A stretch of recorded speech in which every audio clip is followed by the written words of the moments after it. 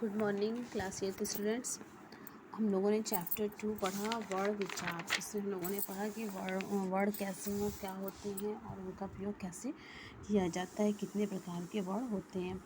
अब हमारा next chapter है शब्द विचार। शब्द विचार आपको पता है, वर्णों के बाद हम शब्दों पर विचार करते हैं, फिर उसके बाद वाक्यों पर विचार करते हैं। इसके बाद का आपका चैप्टर होगा वर्तनी की अशुद्धियाँ, यानी वाक्यों की अशुद्धियाँ। जो वाक्य हम बनाते हैं उसमें क्या अशुद्धियाँ होती हैं, क्या शुद्धियाँ होती हैं। तो हम आज पढ़ेंगे शब्द विचार। देखिए शब्द विचार क्या होते हैं, यानी शब्द कैसे बने, शब्द कहाँ से आए, भाषा में शब्द कहाँ से आए, शब्द कैसे बने और शब्दों का योग कैसे कैसे होता है, ये सारी चीज़ें आज हम पढ़ेंगे। देखिए जब आप कोई व्यक्ति अपने भावों और विचारों को प्रकट करता है तो जो आवाज़ निकालता है मुझसे, मैंने आपको भाषा के अंतर्गत बता दिया था वो। Good morning class 8 students. हम लोगों ने चैप्टर 2 पढ़ा वर्ण विचार। इसमें हम लोगों ने पढ़ा कि वर्ण कैसे हैं, क्या होते हैं और उनका प्रयोग कैसे किया जाता है, कितने प्रकार के वर्ण होते हैं। अब हमारा नेक्स्ट चैप्टर है शब्द विचार। शब्द विचार आपको पता है, वर्णों के बाद हम शब्दों पर विचार करते हैं, फिर उसके बाद वाक्यों पर विचार करते हैं। इसके बाद का आपका चैप्टर होगा वर्तनी की अशुद्धियाँ, यानी वाक्यों की अशुद्धियाँ। जो वाक्य हम बनाते हैं उसमें क्या अशुद्धियाँ होती हैं, क्या शुद्धियाँ होती हैं। तो हम आज पढ़ेंगे शब्द विचार। देखिए शब्द विचार क्या होते हैं, यानी शब्द कैसे बने, शब्द कहाँ से आए, भाषा में शब्द कहाँ से आए, शब्द कैसे बने और शब्दों का योग कैसे कैसे होता है, ये सारी चीज़ें आज हम पढ़ेंगे। देखिए जब आप कोई व्यक्ति अपने भावों और विचारों को प्रकट करता है तो जो आवाज़ निकालता है मुझसे, मैंने आपको भाषा के अंतर्गत बता दिया था वो। मैंने आपको भाषा के अंतर्गत बता ही दिया था कि शब्दों पे कैसे विचार करते हैं। तो देखिए जब हम वर्ड पढ़ते हैं का खा गा गा, ये मैंने आपको बताया है, च च ज ज या यहाँ से या तक, तो हम इनको फिर जोड़ना सीखते हैं। जैसे का और ला को जोड़ते हैं तो कल होता है, ना और ला को जोड़ते हैं तो नल होता है, पा और रा को जोड़ते हैं तो पर होता है। तो इस तरीके से फिर हम वर्डों को जोड़ना सीखते हैं छोटे स्तर से, फिर उससे बड़े जाते हैं, फिर मात्रा लगाना सीखते हैं, फिर उसके बाद हम पहले हम 2 अक्षरों को जोड़ते हैं, फिर 3 को, फिर 4 को, फिर 5 अक्षर वाले शब्द जोड़ते हैं। जब 5 के आगे जब जाते हैं तो मात्रा आने लगती है, फिर मात्रा हम लगाना सीखते हैं, आ की मात्रा पहले, फिर ई की मात्रा, इस तरीके से हम शब्दों को बनाना सीख लेते हैं। तो देखिए जब 2 या 2 से अधिक अक्षरों के मेल से बनने वाली ध्वनि जिसके अर्थ का बोध होता है और फिर उसका कोई ना कोई अर्थ निकलता है तो उसे हम शब्द कहते हैं। वर्णों का कोई अर्थ नहीं होता, जैसे हम का कह दें तो का कोई अर्थ नहीं, लेकिन क और ला व्यंजन वर्णों को जब हम जोड़ देते हैं तो कल हो जाता है, ना और ला व्यंजन वर्णों को जोड़ते हैं तो नल हो जाता है, तो इसका कोई ना कोई अर्थ निकल जा रहा है। च और ला व्यंजन वर्णों को जोड़ते हैं तो चल हो जाता है, तो इसका कोई ना कोई अर्थ निकलता है। तो इस तरीके से शब्द जो होते हैं वो अर्थ का बोध कराते हैं। तो 2 या 2 से अधिक सार्थक ध्वनि समूह को हम शब्द कहते हैं। इस प्रकार वर्णों के मेल से सार्थक इकाई शब्द कहलाती है। शब्द के प्रकार देखिए, शब्द 2 प्रकार के होते हैं, सार्थक और निरर्थक। सार्थक शब्द कौन से होते हैं? सार्थक शब्द वो शब्द होते हैं जिन शब्दों से हमें कोई ना कोई अर्थ का बोध होता है, उनसे हमें कोई अर्थ मिलता है, वो सार्थक शब्द कहलाते हैं। बहुत सारे सार्थक शब्द होते हैं, यहाँ पे आपके कुछ सार्थक शब्द दिए हुए हैं, जैसे दूध, दही, रोटी, घी, पानी आदि, ये सार्थक शब्द दिए हैं। फिर इसके अलावा बहुत सारे शब्द हैं जो सार्थक होते हैं, जिनका कोई ना कोई अर्थ होता है। और निरर्थक शब्द वो होते हैं जो बेकार के होते हैं, जैसे हम बोलते हैं दूध ऊध, ऊध बोलते हैं तो ये जो होता है ये निरर्थक शब्द होता है। चाय वाय, वाय जो बोलते हैं ये निरर्थक शब्द होता है। रोटी सोटी ये जो बोलते हैं ये निरर्थक शब्द होता है। पानी वानी, तो ये सब वाणी जो शब्द है वो निरर्थक शब्द है, यानी इसका कोई अर्थ नहीं होता है। उसके बाद हम आ जाते हैं शब्द के भेद। शब्द के कितने भेद होते हैं? शब्द के 4 भेद होते हैं, उत्पत्ति के आधार पर, रचना के आधार पर, प्रयोग के आधार पर और अर्थ के आधार पर। जैसा कि नाम से ही स्पष्ट हो रहा है, उत्पत्ति के आधार पर, यानी शब्दों की उत्पत्ति कैसे हुई, कहाँ से हुई। रचना या बनावट के आधार पर, इन शब्दों को बनाया कैसे जाता है, इनकी रचना कैसे। प्रयोग के आधार पर, यानी कौन से शब्द कहाँ पे किस रूप में प्रयोग होता है, किस तरीके से प्रयोग होता है, ये आते हैं प्रयोग के आधार पर। और अर्थ के आधार पर, यानी अर्थों के आधार पर शब्दों को कैसे प्रयोग किया जाता है। तो सबसे पहले हम पढ़ेंगे उत्पत्ति के आधार पर। देखिए हिंदी भाषा अपने आप में आपको आ रहा होगा समझ में ना, फिर इससे पहले भी आप लोग पढ़ चुके हैं, मैंने आपको 5, 6, 7 में पढ़ाया भी है। तो अब आपको समझने में काफ़ी दिक्कत नहीं होगी, बहुत आसानी से आप समझ लेंगे। तो बस हिंदी भाषा अपने आप में सागर के समान विशालता को धारण किए हुए, यानी हिंदी का जो शब्दकोश है, जिसका जो शब्द भंडार है, बहुत अधिक है। इतना अधिक कहीं नहीं है। इसमें एक ही शब्द के कई नाम हैं, कई अर्थ हैं। आप इसमें पढ़ते हैं, इंग्लिश वगैरह में भी आपके सिनोनिम वगैरह होते हैं, एंटोनिम, सिनोनिम होते हैं, फ्रेज होते हैं, लेकिन उसके उतने ज़्यादा अर्थ नहीं होते जितने हिंदी में ही हैं। पर्यायवाची, एक पर्यायवाची आप देख लो, उसके कई अर्थ होते हैं, कई नाम होते हैं। तो हिंदी का जो शब्दकोश है बहुत विशाल है, क्योंकि इसमें कई बोलियों का भी संगम होता है, इसलिए कई बोलियों से भाषा और शब्दों की उत्पत्ति होती है। इनको 5 भागों में विभक्त किया गया है। देखिए 5 भाग कौन कौन से हैं। उत्पत्ति के आधार पर तत्सम शब्द, तद्भव शब्द, देशज शब्द, विदेशी शब्द और संकर शब्द, ये उत्पत्ति के आधार पर शब्दों को दर्शाया गया है। देखिए फ्लावर पॉट के आधार पर, उत्पत्ति के आधार पर शब्दों को दर्शाया गया है। सबसे पहले हम देखेंगे तत्सम शब्द। तत्सम शब्द देखिए क्या होते हैं।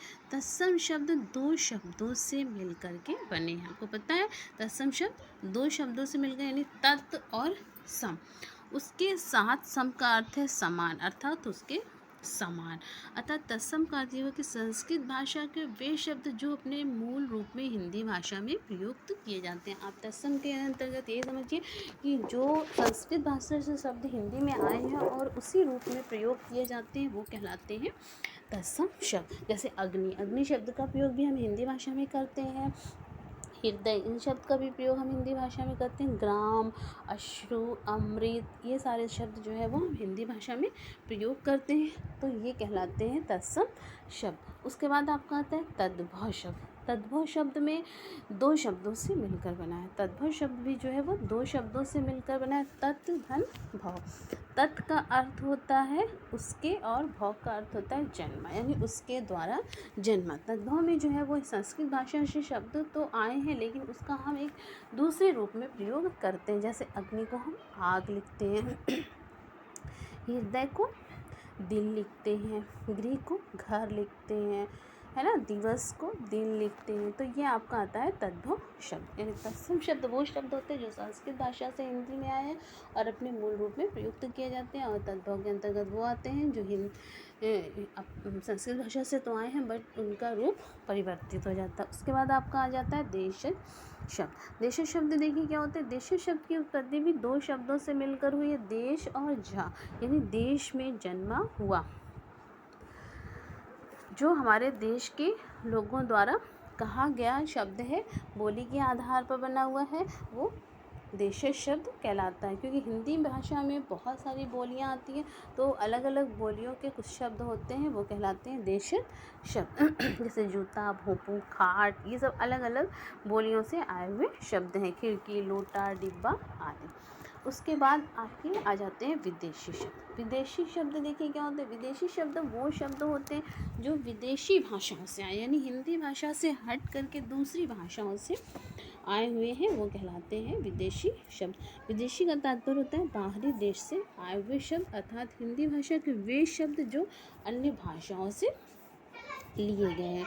जैसे अंग्रेज़ी, चीनी, जापानी, तुर्की, अरबी, फ़ारसी, पुर्तगाली, फ्रांसीसी, फ्रेंच इत्यादि, ये कहलाते हैं विदेशी भाषा के शब्द। ठीक है, आपको समझ में आ रहा है। फिर नेक्स्ट आप आ जाइए संकर शब्द। संकर शब्द कौन से होते हैं देखिए। संकर का तात्पर्य होता है मिला हुआ, अर्थात वे शब्द जो विभिन्न भाषाओं के शब्दों को मिलाने से बनते हैं, वे संकर शब्द कहलाते हैं। यानी जो मिश्रित शब्द भी इसको हम कह सकते हैं, कि जैसे कुछ शब्द दूसरी भाषा के हैं और कुछ शब्द दूसरी भाषा के, उनको जब हम जोड़ दिए तो ये संकर शब्द कहलाते हैं, या मिश्रित शब्द। देखिए आपका मिक्स्ड वर्ड्स, यानी जो मिले हुए वर्ड होते हैं, यानी कुछ हिंदी भाषा के शब्द हैं, कुछ अंग्रेज़ी भाषा के हैं, तो इनको जब हम मिला दिए हैं तो एक नए शब्द का निर्माण हुआ है। देखिए एक उदाहरण के तौर पे आपका दिया हुआ है कि अंग्रेज़ी का शब्द है सील और फारसी का शब्द है बंद, तो सील बंद शब्द बन गया। फिर अंग्रेज़ी का शब्द है रेल और हिंदी का शब्द है गाड़ी, तो रेल गाड़ी, रेलवे होता है ना, रेल गाड़ी। रेलवे स्टेशन या रेल होता है, तो रेल अंग्रेजी भाषा का शब्द है और गाड़ी जो है वो हिंदी भाषा का शब्द है। ये हो गया रेल गाड़ी। हिंदी भाषा का शब्द है लाठी, अंग्रेजी भाषा का शब्द है चार्ज। तो लाठी चार्ज, ये एक नए शब्द का निर्माण हुआ, ये संकर शब्द कहलाते हैं। नेक्स्ट आप आ जाइए, रचना के आधार पर शब्दों के 3 रूप होते हैं। रचना के आधार पर शब्दों के कितने रूप होते हैं? 3 रूप। रूढ़ शब्द, यौगिक शब्द और योग रूढ़ शब्द। रूढ़ शब्द देखिए क्या होते हैं? ट्रेडिशनल वर्ड्स, है ना। ट्रेडिशनल वर्ड्स यानी जो एक आम रूप में प्रयोग किए जाते हैं। यौगिक शब्द कंबाइंड वर्ड, यानी जब दो शब्दों को मिलाया जाता है। और फिर योग रूढ़ शब्द यानी कंबाइंड ट्रेडिशनल वर्ड्स, यानी ऐसे शब्द जो कंबाइंड हैं, रूप में ही प्रयोग किए जाते हैं। जैसे देखिए रूढ़ शब्द हम पढ़ते हैं कि वे शब्द जिनका प्रयोग किसी विशिष्ट अर्थ के लिए किया जाता है। वे शब्द जिनका प्रयोग किसी विशिष्ट यानी किसी खास अर्थ के लिए किया जाता है, वे रूढ़ शब्द कहलाते हैं। इन शब्दों का कोई दूसरा अर्थ नहीं होता है, यानी ये एक उसी रूप में ही प्रयोग किया जाता है, इनसे कोई दूसरा अर्थ नहीं निकाला जाता। तथा टुकड़े करने पर भी इनका कोई स्वतंत्र अर्थ नहीं होता, यानी जब हम इनको हिस्सों में बांट देते हैं तो भी, यानी अगर हम इनका संधि विच्छेद कर दें तो इसमें दोनों का कोई अर्थ नहीं निकलेगा, तो इसका संधि विच्छेद होगा ही नहीं। संधि विच्छेद तो उन शब्दों का होता है जिनको हम 2 हिस्सों में बांटें और दोनों का ही अर्थ निकलता है, तो इन्हें मूल शब्द भी कहा जाता है। जैसे आकाश, प्रकाश, देवता, आदमी आदि। ठीक, फिर नेक्स्ट आ जाइए यौगिक शब्द। यौगिक शब्द क्या होते हैं? जब 2 या 2 से अधिक शब्दों को मिलाकर एक शब्द बनाया जाता है तो उसे यौगिक शब्द कहते हैं। इन दोनों शब्दों के अपने स्वतंत्र अर्थ होते हैं और ये दोनों ही शब्द मिलकर किसी दूसरे ही अर्थ का बोध कराते हैं। जैसे डाकघर, नभचर, विद्यालय, पुस्तकालय, रसोई घर, चिड़ियाघर, टिकट घर, घुड़सवार, घोड़ा गाड़ी आदि। यानी जब 2 या 2 से अधिक शब्दों को मिलाकर यानी 2 शब्दों या 2 से अधिक शब्दों हो उनको मिलाकर एक शब्द बनाया जाए। मैंने आपको पहले बताया था कि कंबाइंड वर्ड्स जो होते हैं वो यौगिक शब्द के अंतर्गत आते हैं। जैसे रसोई शब्द है और घर, रसोई घर। चिड़िया एक शब्द है और घर, चिड़िया घर, ये यौगिक शब्द कहलाते हैं। टिकट घर, घुड़सवार, घोड़ा गाड़ी आदि। ठीक है, उसके बाद हम आ जाएंगे योग रूढ़ शब्द पे। योग रूढ़ शब्द देखिए क्या होते हैं? वे शब्द जो भिन्न भिन्न अर्थों वाले शब्दों से मिलकर बनते हैं, यानी इनका एक अलग अर्थ निकलता है किंतु किसी एक अर्थ के लिए प्रयुक्त किए जाते हैं। यानी भिन्न भिन्न अर्थों वाले शब्दों से मिलकर बनते हैं, लेकिन ये किसी एक अर्थ के लिए प्रयोग किया जाता है, किसी एक और इशारा करते हैं। परंतु कुछ समय पश्चात ये शब्द किसी एक के लिए रूढ़ हो जाते हैं। जैसे चतु, चतु मतलब 4 होता है, भुज मतलब हाथ होता है, चतुर्भुज। चतुर्भुज जो है हम स्पेशली भगवान विष्णु के लिए प्रयोग करते हैं। ठीक, उसके बाद दश यानी 10, आनन मतलब आँख, दशानन। दशानन हम जो है वो रावण के लिए प्रयोग करते हैं। यानी योग रूढ़ शब्द वो कहलाते हैं जो शब्द भिन्न भिन्न अर्थों वाले शब्दों से मिलकर तो बनते हैं, लेकिन किसी एक अर्थ के लिए प्रयुक्त किए जाते हैं और नवीन शब्द उत्पन्न करके वो कुछ समय बाद जो है वो उसी एक शब्द के लिए ही रूढ़ हो जाते हैं। ठीक, जैसे हिम, हिम मतलब बर्फ होता है, आलय मतलब घर होता है, हिम आलय। हिम आलय जो है वो हम पर्वत के लिए प्रयोग करते हैं। लंब यानी लंबा, उदर मतलब पेट होता है, लंबा पेट। तो अलग अलग अर्थ निकल रहा है, लेकिन हम लंबोदर शब्द किसके लिए प्रयोग करते हैं? गणेश के लिए। तो इस तरीके से ये होते हैं योग रूढ़ शब्द। अब हम आगे आ जाएंगे प्रयोग के आधार पर। प्रयोग के आधार पर देखिए शब्दों को कितने भागों में बांटा गया? प्रयोग के आधार पर शब्दों को 2 भागों में बांटा गया, विकारी शब्द और अविकारी शब्द। यानी कैसे प्रयोग, शब्दों का प्रयोग कैसे किया जाता है। इसमें एक विकारी शब्द होते हैं और दूसरे अविकारी शब्द होते हैं। विकारी शब्द देखिए क्या होते हैं? वे शब्द जिनमें लिंग, वचन और कारक के कारण परिवर्तन किया जाता है वे विकारी शब्द कहलाते हैं। यानी जिसमें विकार उत्पन्न होता है। आपने इससे पहले क्लास 7 में पढ़ा था कि विकारी और अविकारी शब्द, कि विकारी शब्द कौन से होते हैं और अविकारी शब्द कौन से होते हैं। विकारी शब्द वो कहलाते हैं जिसमें लिंग, वचन, कारक आदि के कारण परिवर्तन होता है, वे विकारी शब्द कहलाते हैं। जैसे संज्ञा, सर्वनाम, विशेषण, क्रिया। संज्ञा राम सर्वनाम के रूप में होगा तो तुम्हारे हो जाएगा, विशेषण के रूप में हो जाएगा तो अच्छे हो जाएगा, ठीक है, क्रिया के रूप में हो जाएगा तो है।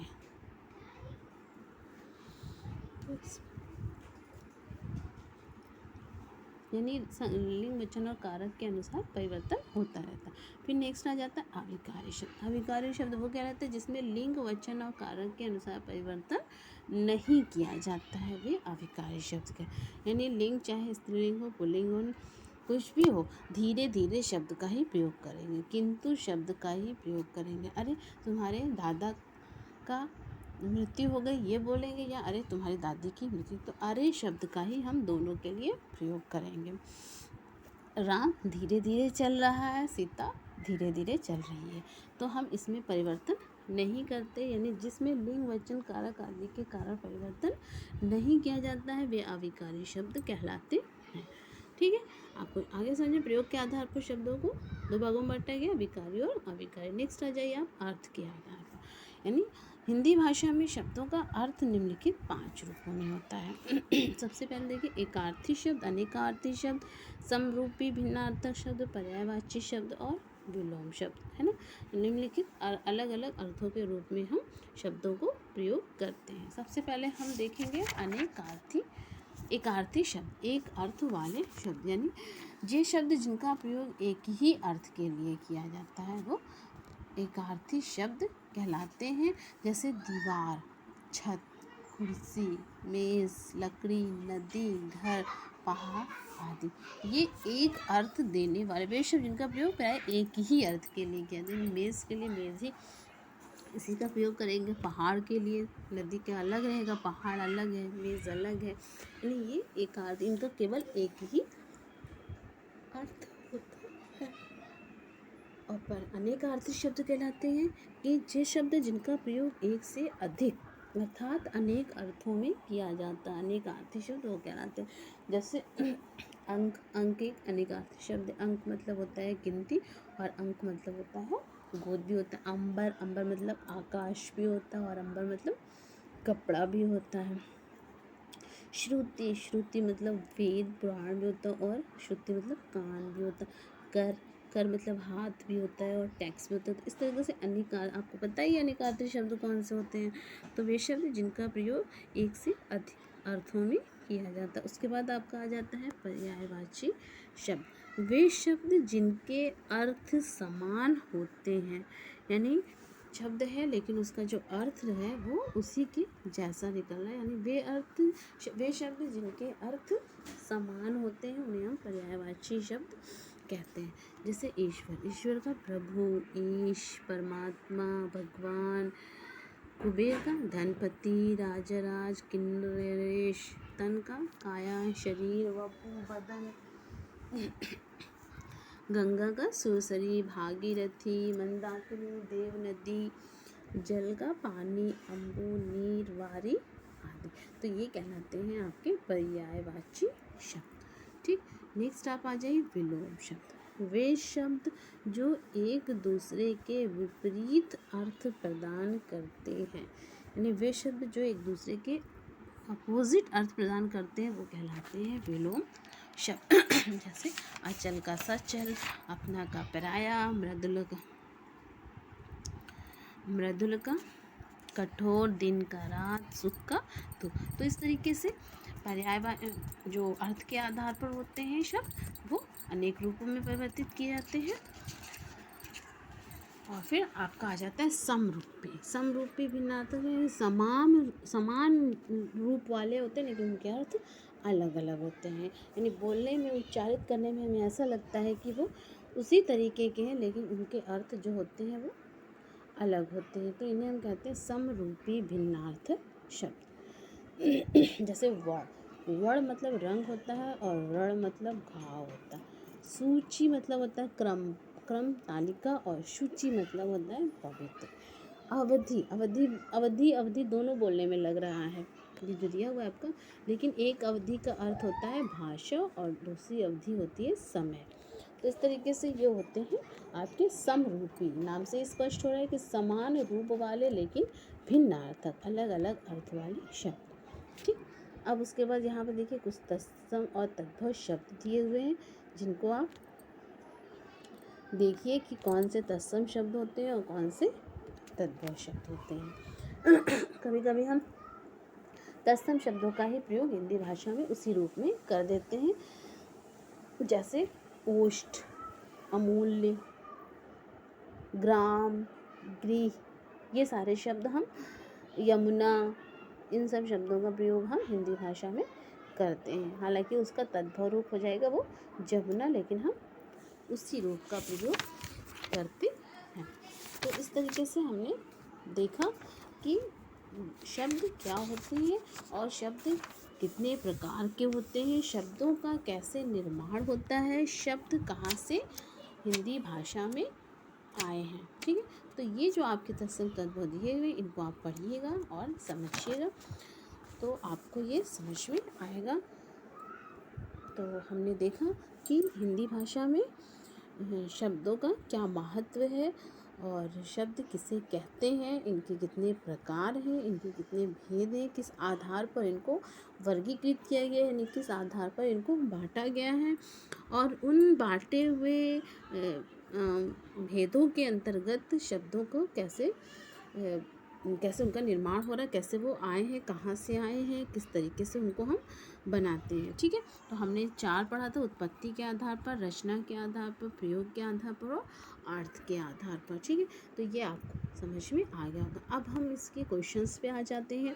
क्वेश्चंस देखिए आपको करना है, वेरी इजी क्वेश्चंस हैं कि शब्दों को परिभाषित करते हुए उनके प्रकार बताइए। तो शब्दों को आपको पहले आप देखिए फर्स्ट पेज पे आपको दिया हुआ है कि शब्दों को परिभाषित करके उनके प्रकार बताना है। तो शब्दों को आप परिभाषित करेंगे। फर्स्ट पेज पे आपके था कि शब्द क्या है, 2 या 2 से अधिक सार्थक ध्वनि समूह को शब्द कहते हैं, और इनके प्रकार जो है वो 2 है, सार्थक और निरर्थक शब्द। इनके बारे में भी आप लिख सकते हैं। ओके, नेक्स्ट क्वेश्चन है आपका, शब्दों के भेद किन आधारों पर किए जाते हैं। शब्दों के भेद 4 आधारों पर किए जाते हैं, जैसे उत्पत्ति के आधार पर, रचना या बनावट के आधार पर, प्रयोग के आधार पर और अर्थ के आधार पर। आपको बस ये लिखना है। ठीक, फिर तत्सम तथा तद्भव शब्दों में क्या अंतर है। तत्सम और तद्भव शब्दों के अंतर भेद को आपको स्पष्ट कर देना है कि तत्सम और तद्भव शब्दों में क्या अंतर, यहाँ पे आपके दिया हुआ है ना तत्सम और तद्भव शब्द, तो आपको इनको बता देना है कि तत्सम और तद्भव शब्द क्या है। ठीक है, इनको आपको स्पष्ट कर देना है। ओके,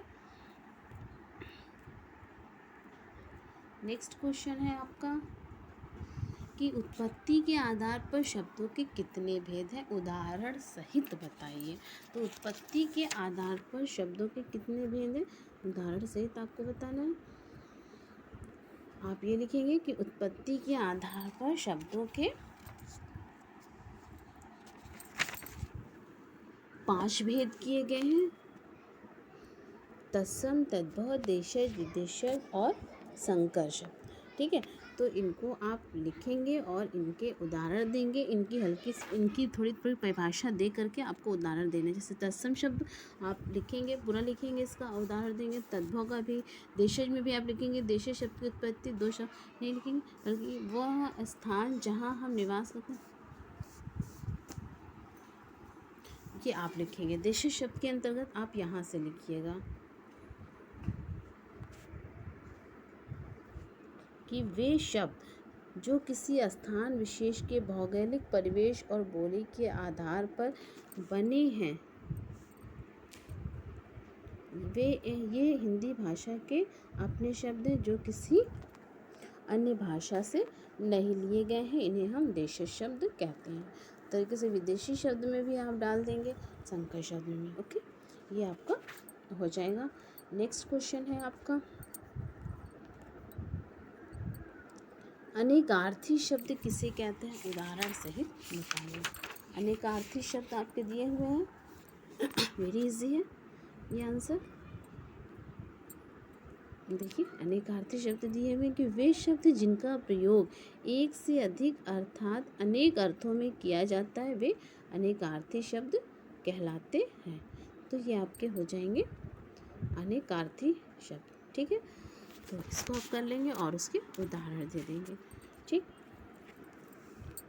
ये आपके क्वेश्चन कंप्लीट हो गए। फिर एक्सरसाइज है आपकी, शब्दों के तत्सम रूप लिखना है आपको, तत्सम रूप लिखेंगे आप। फिर निम्नलिखित शब्दों के वाक्य प्रयोग करना है। फिर परिभाषा लिखनी है, जो जो दिया हुआ है इसकी परिभाषा आपको लिखनी है, ये आप कर लेंगे। और ये एक्सरसाइज भी दी हुई है कि योगरूढ़ शब्दों के 5-5 उदाहरण लिखें। योगरूढ़ शब्द और यौगिक शब्दों के 5-5 उदाहरण लिखने हैं, ठीक है। और ये एक्सरसाइज आपको एज ए होमवर्क करनी है कि तद्भव तथा तत्सम शब्दों को छांटकर 50 शब्दों का एक चार्ट बनाइए। ये एक्सरसाइज आप होमवर्क में करेंगे, ओके। इसको आप यहाँ पे फिल करेंगे, 50 शब्दों का एक चार्ट बनाएंगे, ठीक। तो इस तरीके से ये आपका चैप्टर कंप्लीट हो जाता है और आप इसको अच्छे से पढ़िएगा, समझिएगा, ठीक, ओके।